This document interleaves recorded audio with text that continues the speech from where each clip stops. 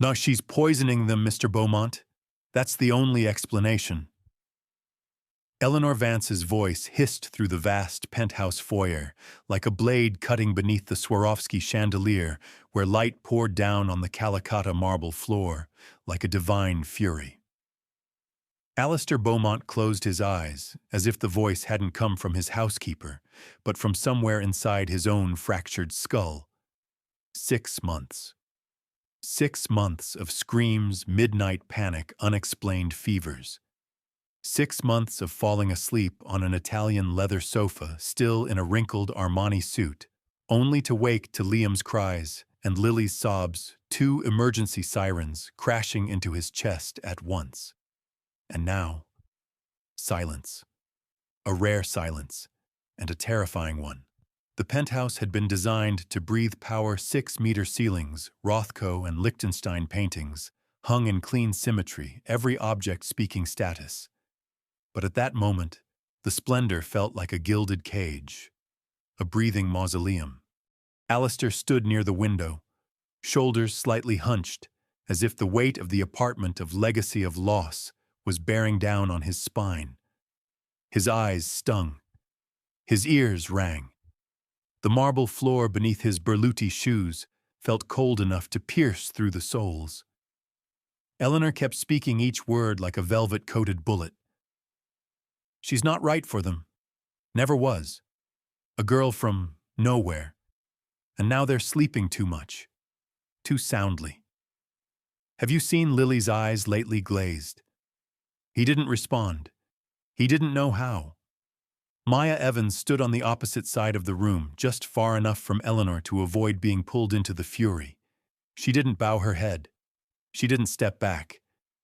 She stood still, like a sculpture carved from obsidian, absorbing all light, reflecting none.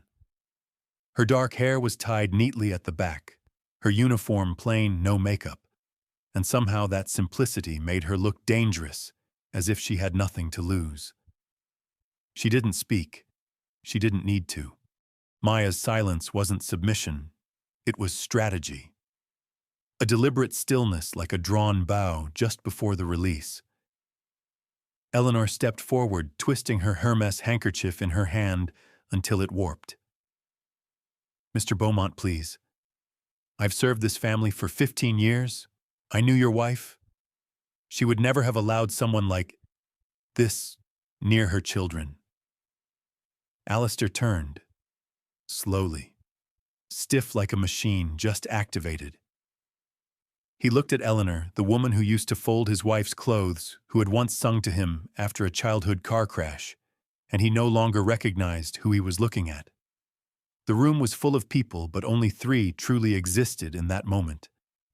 The rest, the chef's drivers, assistant nannies, had vanished into silence. Not even the wind from Central Park seemed to move behind the glass walls. Alistair swallowed. Miss Evans, he said at last, his voice rough. Do you have anything to say? Maya raised her head slowly. Her eyes met his like the edge of a blade, not to kill, but to slice through the noise. If you have any doubts, Mr. Beaumont, she said calm and clear, I suggest we install 24/7 high-definition cameras in the children's rooms, effective immediately. A pause. Not the kind that comes when someone stops speaking, the kind that descends when something irreversible has been said, when you know the room has changed. Eleanor opened her mouth, but nothing came out. She hadn't anticipated this kind of cold certainty. She hadn't expected Maya, the girl from nowhere, to make no excuses, shed no tears, and deliver a proposal like a declaration of war. Alistair looked at Maya. Really looked. Over the past 6 months, he had seen her cradle Lily during fevers, heard her soft laugh teaching Liam to play chess, noticed watercolor paintings appearing on hallway walls, something the children had never done before. He remembered Maya's voice once, whispering to his daughter, You are not too much. You are just enough, and anyone who tells you otherwise doesn't deserve your fire. His gaze for the first time was no longer clouded. It was something else, something Maya recognized instantly. Curiosity, conflict, and beneath it, trust. Maya blinked. Not out of fear, but because she had just seen the first tiny seed take root. Not from what she had said, but from what she no longer needed to say. Eleanor took a step back, barely noticeable, her grip on the silk handkerchief so tight it let out a faint sound. No applause, no background music. Just the eyes of a father for the first time in 6 months, no longer looking at Maya as a threat, but as a mystery. For the first time in weeks, Alistair walked past the children's room without hearing anyone cry. No toys are being thrown, no doors slammed, just a sound he barely recognized anymore. Peace. He paused, hand unconsciously resting on the doorframe. Liam was lying on the world map rug, scribbling with quiet focus. Lily sat inside the fabric tent, flipping through a picture book, whispering words to herself. Maya said nothing. She sat on the floor, leaning against an armchair, while Lily clipped plastic barrettes into her hair with a level of care that felt almost ceremonial. What happened to the storm, he wondered. Where did it go? 6 weeks earlier. Maya had entered the penthouse for the first time carrying a single old suitcase and a canvas tote. Eleanor had been waiting at the door, eyes scanning the young woman from head to toe, like inspecting a package that had clearly been delivered to the wrong address. Liam was screaming like he was being murdered. Lily sobbed without pause. Toys are scattered everywhere. Porcelain shattered underfoot. The previous nanny had just left in a taxi, mascara still streaking down her cheeks. Maya said nothing. She simply placed her suitcase down, walked into the living room, and sat on the floor in a corner just far enough away not to feel intrusive. She pulled out a wooden box, opened it, and began building a tower from dark, raw wooden blocks. No speaking, no gestures. She created space, a refuge, neutral ground. Liam was the first to edge closer, peeking over her shoulder. Then Lily. 10 minutes later, both children were helping her build bridges between the towers. No words were exchanged, but they had found someone who wasn't trying to control them, only quietly returning their power. Present day, a dinner with business partners. Alistair was forcing down a spoonful of truffle risotto when he caught Maya's voice across the table. Jean Piaget once said that cognitive development isn't linear. It's recursive, interrupted, and reborn, much like market cycles. The table went silent. The Frenchman, the chairman of a major investment fund, nodded, intrigued. Maya smiled politely, then switched effortlessly into French. Mais bien sûr, ce n'est pas qu'une question de biologie, n'est-ce pas? But of course, it's not just a question of biology, is it? Alistair nearly choked on his wine. Maya, the same woman Eleanor had once described as a simple girl from Queens, was now leading a conversation on developmental theory and financial markets in 2 languages, as if it were no more difficult than seasoning a roast. 1 week later, Alistair passed by Liam's room a little after 10 p.m. The nightlight was on. The door was slightly ajar. Inside, Maya sat at Lily's bedside, gently stroking her back in rhythm while softly singing a lullaby in Swahili. Alistair froze. He didn't understand the words, but there was something in that melody that made his heart ache, a gentle grief, a homesickness without shape. When Maya stood up, he asked softly, "What song was that?" She tilted her head. "It's a lullaby from Kenya," she said, "about a child trying to find their way home, even if home no longer exists." Meanwhile, Eleanor was struggling to retain control. She began making vague remarks about opportunists about this era, where anyone can wear a suit and act like an expert about how some people are very good at hiding their past, especially if they speak well. She spilled coffee on Maya's notebook accidentally, complained to Alistair that Maya was changing everything without asking anyone. sighed loudly in front of the house staff. That Miss Evans is strange, not like anyone we've ever had here. And then came the breaking point. One morning, Eleanor stormed into the library, holding a piece of paper, the new meal plan for the children. The butter-fried chicken breast, the late Mrs. Beaumont's favorite dish, was no longer on the menu. She's rewriting tradition, Eleanor declared, erasing your wife's legacy. Alistair was confused at first, but he called Maya into the study. Maya didn't argue. She placed her tablet on the desk, her hand steady as if setting down a scalpel. Liam has a minor lactose intolerance, she said, and Lily shows signs of sensory processing disorder, particularly with certain food textures. The changes were made to improve their gut health and reduce evening agitation. It's all documented here.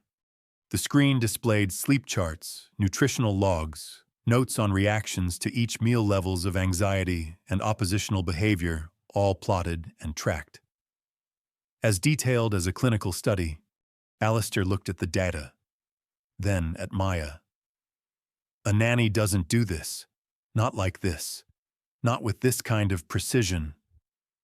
He felt like a fool standing in front of an architectural blueprint he wasn't trained to read, but instinct told him it was right. Every number, every annotation needed no justification. In the grand hall, Eleanor passed him and tilted her chin. How long until you finally see it?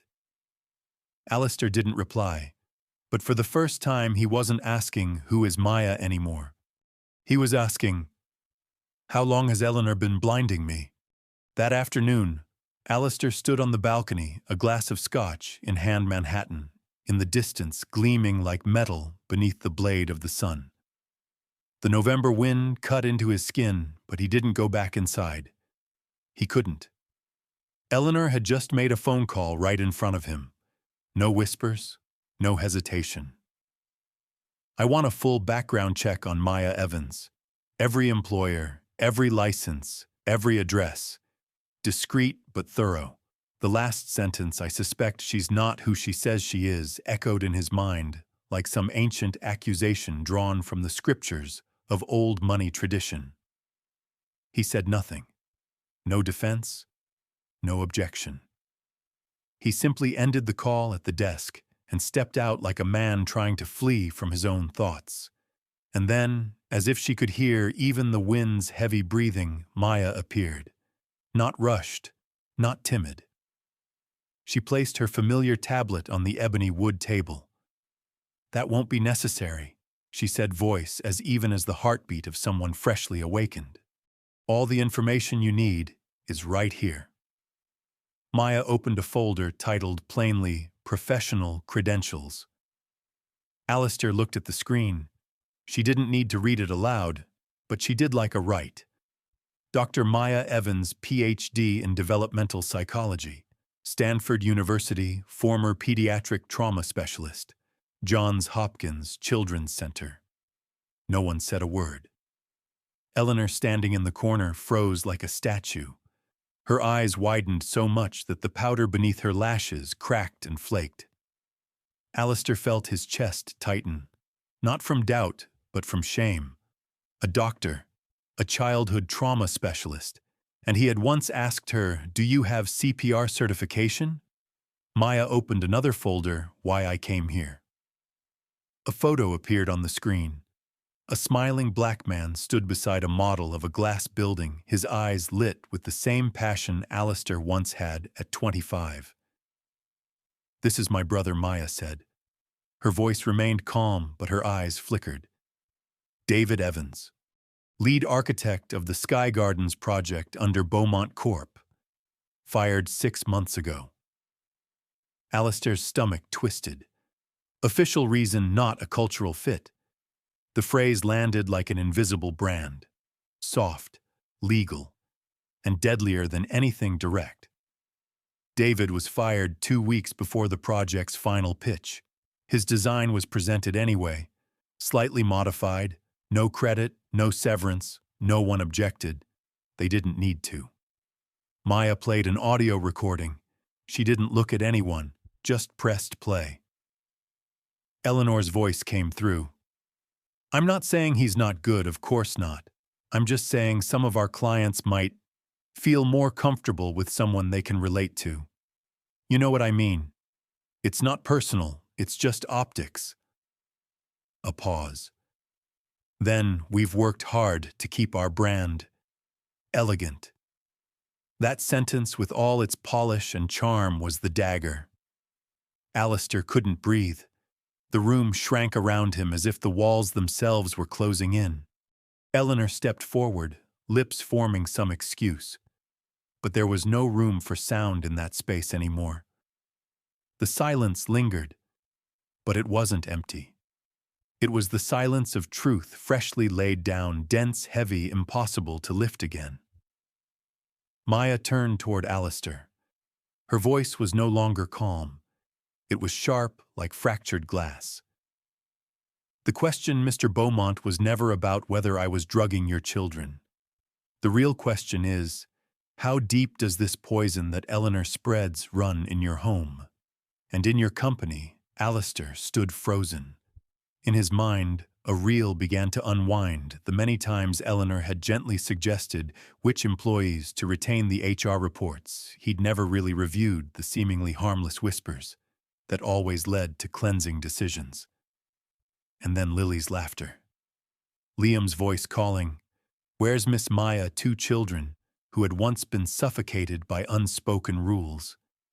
Now thriving in a space Maya built from tenderness and understanding. No one else had done that. No one. But her. Eleanor collapsed into a chair as if the cord of power that had held her upright for 15 years had just snapped. No excuses left. No pride. Just a woman stripped bare of illusion. Alistair looked at Maya. She wasn't smiling. She wasn't angry.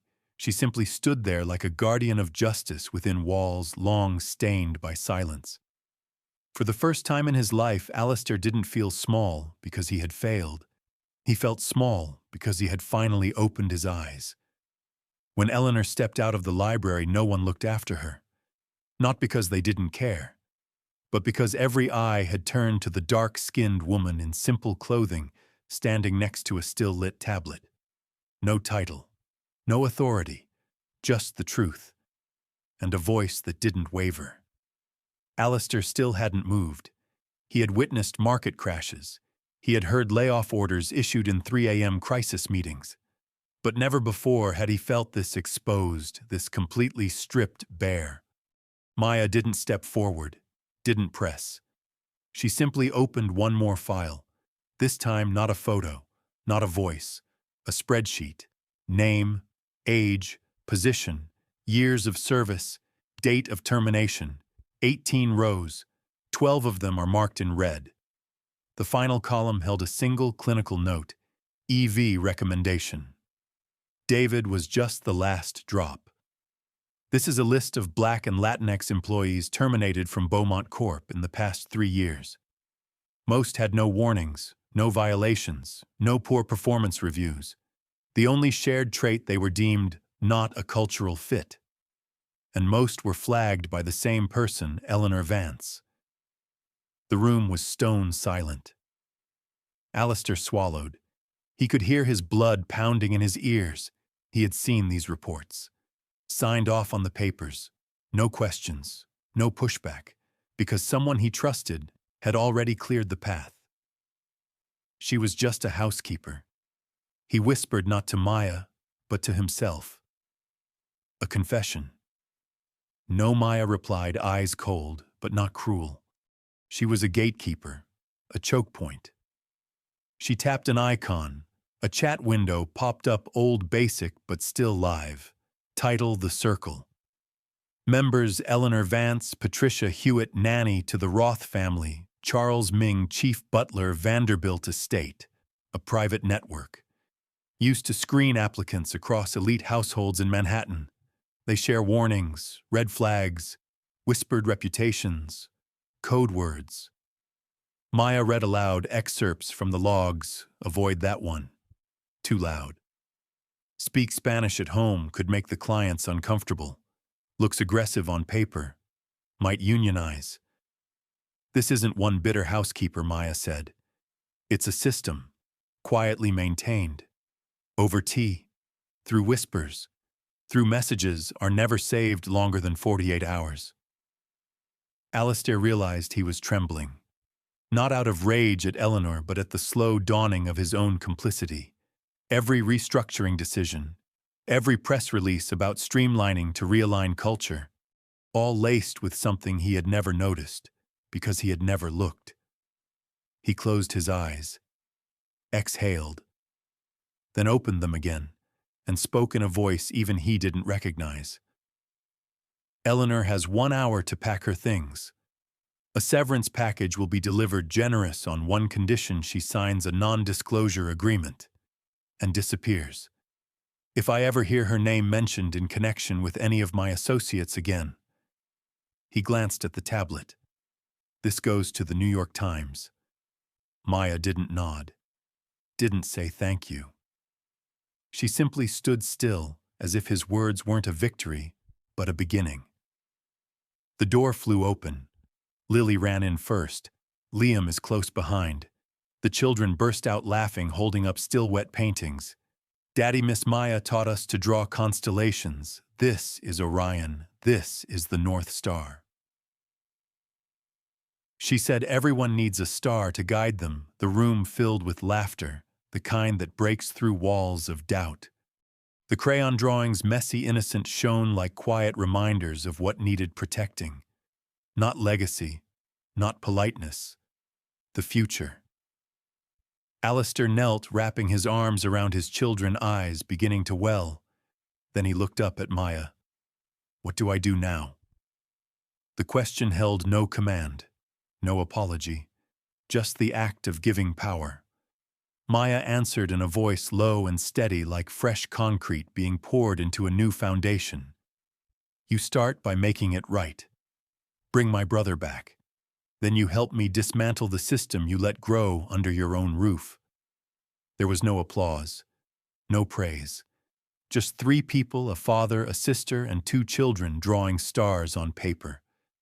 But that was when an empire began to crack so it could be rebuilt. 1 year later. The penthouse hadn't changed location. It still looked out over Central Park, still floored with marble cold as early winter frost. But people said it no longer felt cold. No one whispered in the kitchen anymore. No one lowered their head or stepped back when Eleanor walked past. A new nameplate had replaced hers at the front door: Office of Employee Equity and Well-Being. Director David Evans. Monday morning, inside the glass conference room on the 43rd floor of Beaumont Corp., the atmosphere was unusually vibrant. English blended with Spanish Mandarin and a touch of Haitian Creole. David, wearing a charcoal suit, sleeves slightly rolled, stood beside a touchscreen presenting a new affordable housing project in partnership with indigenous communities in Montana. A Korean design director, once red-flagged by Eleanor 3 years ago, nodded in agreement. An intern with blue hair, a nose ring, and a trans identity offered a suggestion and was met with applause. No one was dismissed from this room for being different, because here difference had become the reason people listened.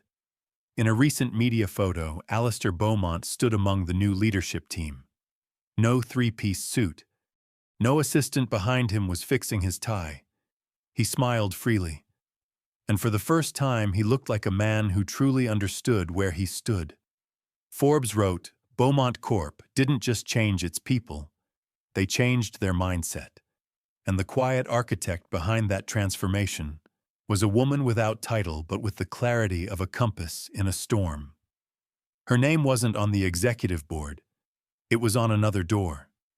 The Evans Initiative, headquarters Brooklyn. The first office of a nonprofit consulting group dedicated to helping corporations dismantle systemic bias. No flashy signage, no ornate reception desk, just a single brass plaque by the gate. Justice is not destruction, it is reconstruction. Maya Evans didn't become a senior advisor. She declined every offer from 3 major corporations and 1 Ivy League university. She chose to build a new road not just for herself, but for those who were never allowed in the room to begin with. Eleanor Vance disappeared. No press release, no scandal, no article mentioned her name.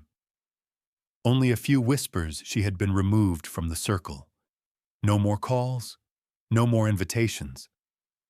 Once she was seen pushing a shopping cart in a small store in New Jersey. A man recognized her and turned away without a word. Not out of hatred, but because she was no longer worth remembering. That same afternoon in the Bronx, a new community center opened. A 3-story building with sun-filled windows, a colorful playground, and free classrooms for low-income children. Design David Evans. Funding the Beaumont for Justice in Design Foundation. On the lawn, Lily and Liam played with the other kids. Maya stood near the field, coffee in hand, watching the children run like she was drawing a new future with their laughter. Alistair walked up, not as the boss, not as the widower, just as a man tired but reborn. He looked at her, paused, then said, "You didn't just save my children, Maya. You saved me." She smiled. Not the smile of victory, but the smile of someone who had survived and helped others survive. We saved each other. If there were a camera, if this were a film, it would slowly pull back. 2 families, one white, one of color, standing side by side, no hierarchy, no posturing, just looking in the same direction, a new horizon, not made of glass and steel, but of courage, excellence, and justice. Justice doesn't end when the wrongdoer is punished. It truly begins when we rebuild what's right.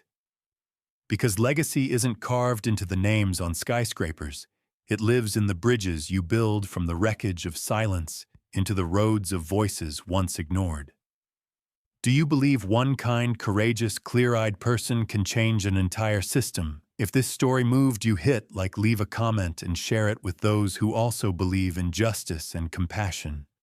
And don't forget to subscribe to Toch Story and turn on the notification bell so you never miss a story that touches your heart, stirs your mind, and reminds us all justice doesn't begin with power. It begins with choosing what's right.